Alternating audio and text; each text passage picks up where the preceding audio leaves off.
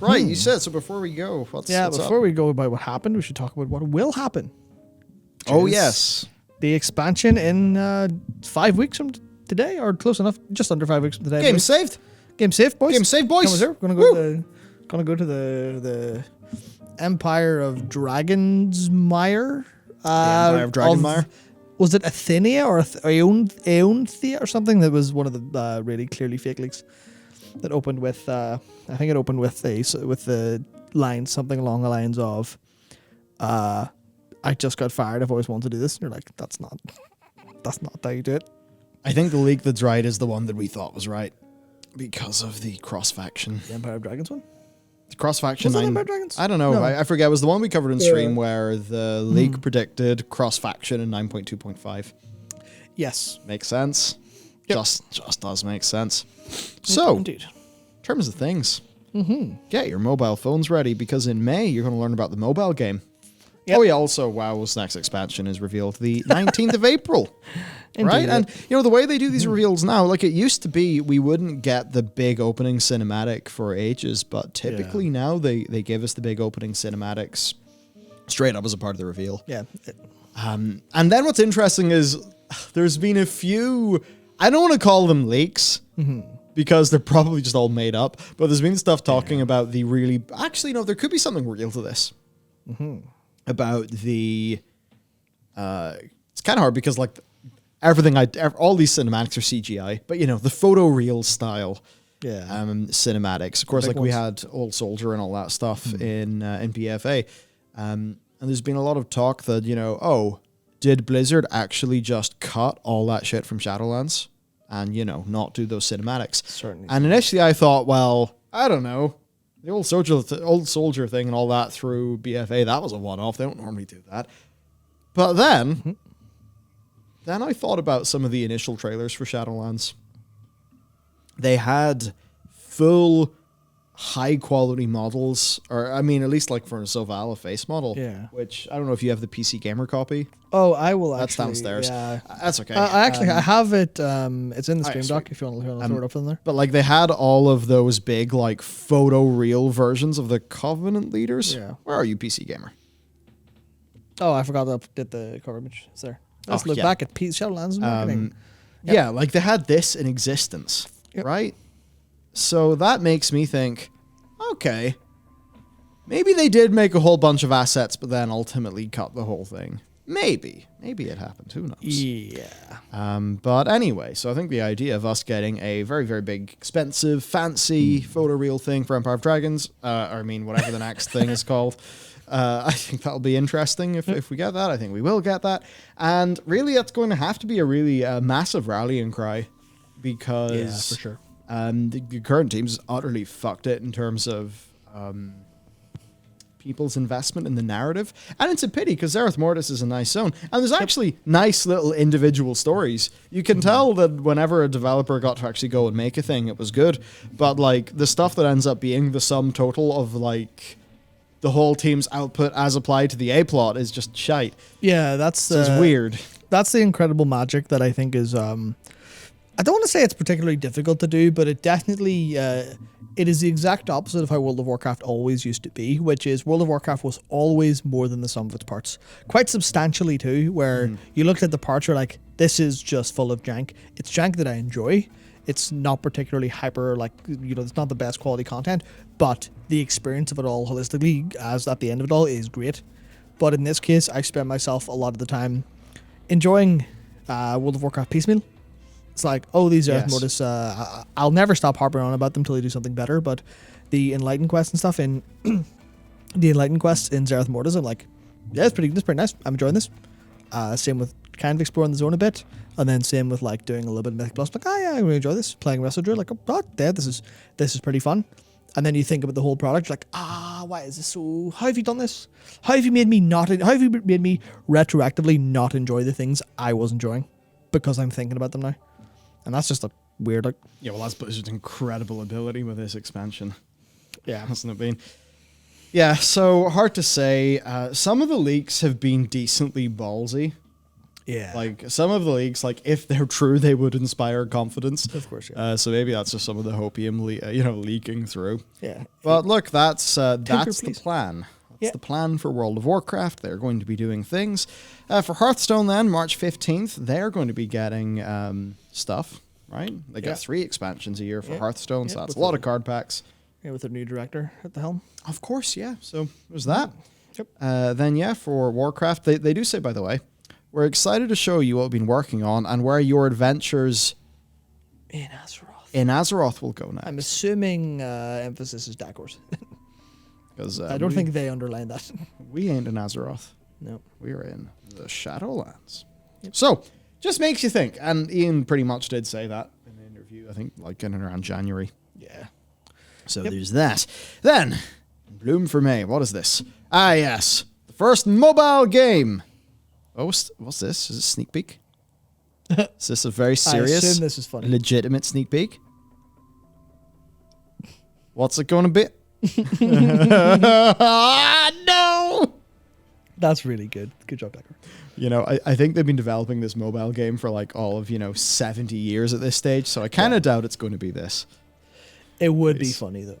Oh, if they did those like weird fake mobile ads, oh man, that would be hilarious. So really, the big question is announcement till start of beta, and they've been able to go a little bit faster because this is beta, not alpha, and alpha is when the testing begins, and that's what really matters to us.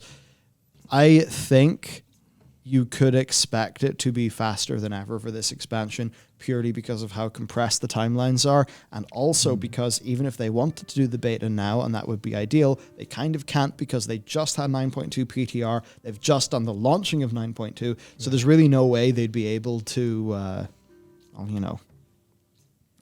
do beta while all of this is going on.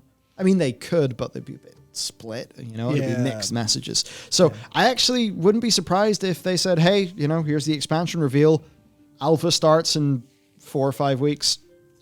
Yeah. I would not at all be surprised because they need to get this thing tested. I guess the problem is how much attention they want to draw to alpha, because you imagine there'll be a ton, right?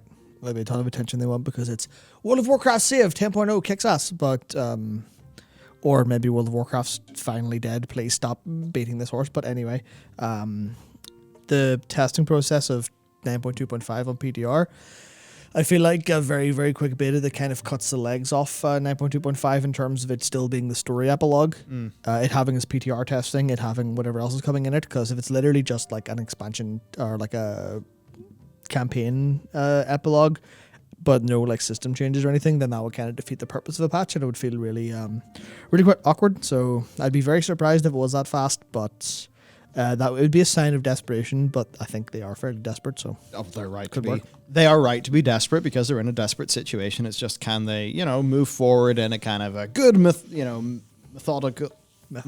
Yes, Words are hard. Way. Yeah. So what all this could mean, though, like, usually you have an expansion be announced in November in BlizzCon to come out the following August. Right? So that was to happen April, then it would be more like a January 2023 release if it was following the normal cycle. Yeah. I think that all the incentives mean that they're not going to be following the normal cycle, and they will be trying to go as quick as they can. Which so is we're not going to get an August release, but I think we might get a November release for the next expansion. But then, even if that was their internal target now, I think they know that if a delay is warranted, that they really would need to do it, in which case Q1 2023. So honestly, I am 50-50 between latter Q4 2022 and Q1 2023. That's what I expect. I would expect everyone at the higher level of that company to be screaming, we need Q4 2022. We need that, and that is not negotiable. And I would expect then everyone below the board level or executive level going, are you fucking serious?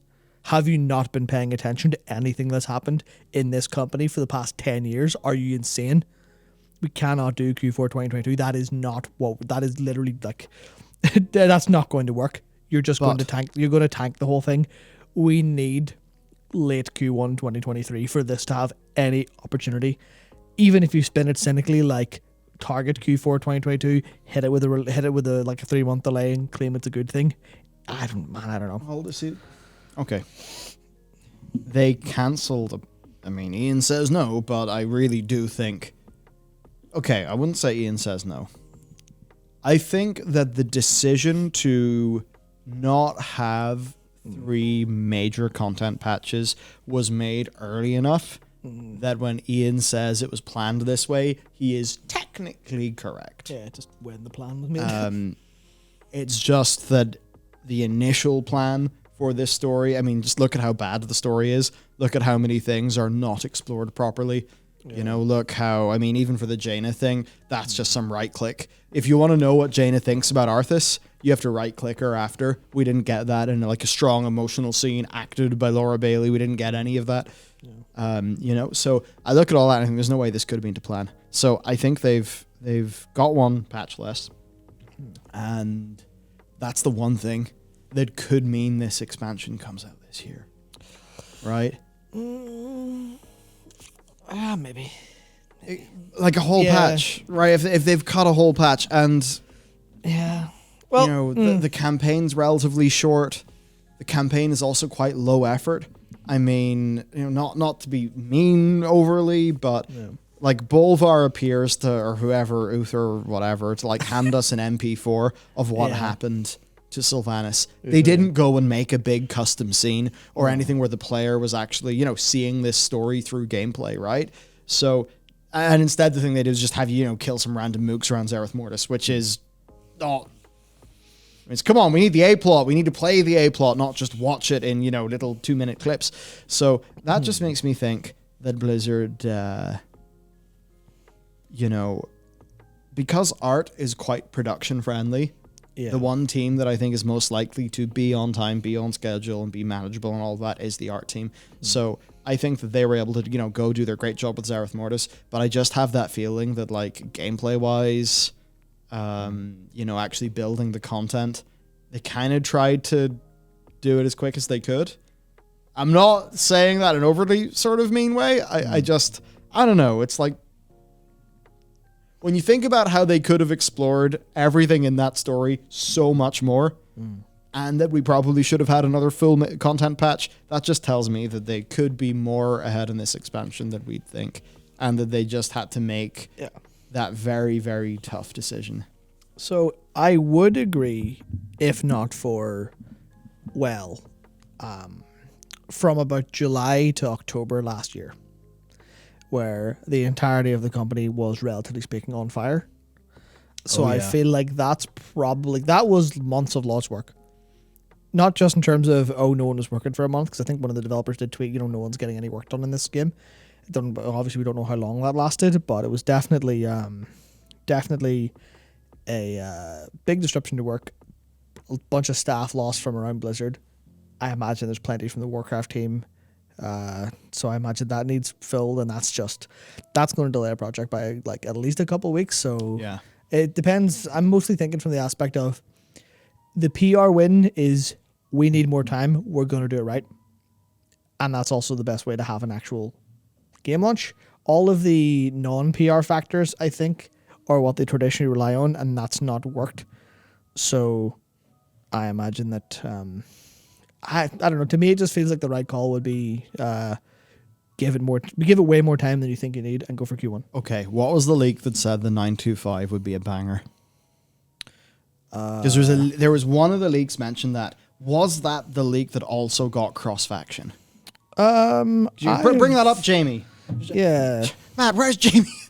Yeah, I wish I was. It was magic info finder. I mean, I think, you know, obviously my speech takes whenever I'm trying to focus, I stutter a little bit more and don't quite have concise thoughts, but I can just do that for you. So. Debbie just dropped a member message just saying, didn't they say that Zoval and Anduin weren't supposed to be in the same raid? Sepulchre was supposed to end Zoval and other raid. I don't think they said that. People have definitely been saying that. Oh, yes, for people have been saying that. For sure. You'll see an MMO champion link. He's came in here with the assist. Which I believe this was it. Pop-ups. Oh, no, it's an EU tech export. Oh, no. Yeah. Are you ready for Epic Advent. Epic Advent away. Play for. There you go. Epic Advent. Play France. Or Epic Enter Wits. Choose your giant adventure. Oh, look, it's a Northern Ireland advert. Class. Yeah, okay. So this one was think Rise of the Aspects. Is this the one that had cross? Yeah. I don't see cross faction here. Cross dash faction. Cross faction endgame gameplay, raiding dungeons, PvP, yeah. So this was the one that got that first. Nah. No. Nah. Unfortunate. I thought there was. I remember the leak. I think Tally did a clip on their thing about that being the leak that they thought could be real. Yeah. I think we did the same. But anyway, I suppose maybe it is just a dead end. Yep. Interesting. All right. My But, intermission gathering didn't go so well. patch 9.2.5. If it is large, that could buy them the time. If they could do more with time walking during that, like we at least know that the true ending of Shadowlands is going to be a 9.2.5, at least from a character perspective. Yeah, what was it called on the PTR? Epilogue Judgment? Yeah. So I guess you could do a Q1 2023 expansion release date if there's a 9.2.5 that's going to do something to keep the game a little bit more alive. I mean, they have added a new PvP season in at the end. And I guess Mythic Plus has seasons now too, so they could probably do that with Mythic Plus. And either they just well, see, it would be quite awkward then if they had to rescale all the gear and shit. But they did that PvP season in MOP. Like they got 2 seasons out of 1 tier basically. I think it's just one of the problems with PvP seasons of the way the rating and stuff works. If they go on for ages, it just kind of starts to have problems. Yeah. Anyway, 9.2.5. Hopefully it's really big, and hopefully the next expansion comes out Q1 2023 so that they have enough time. Yeah. I think that's basically the takeaway.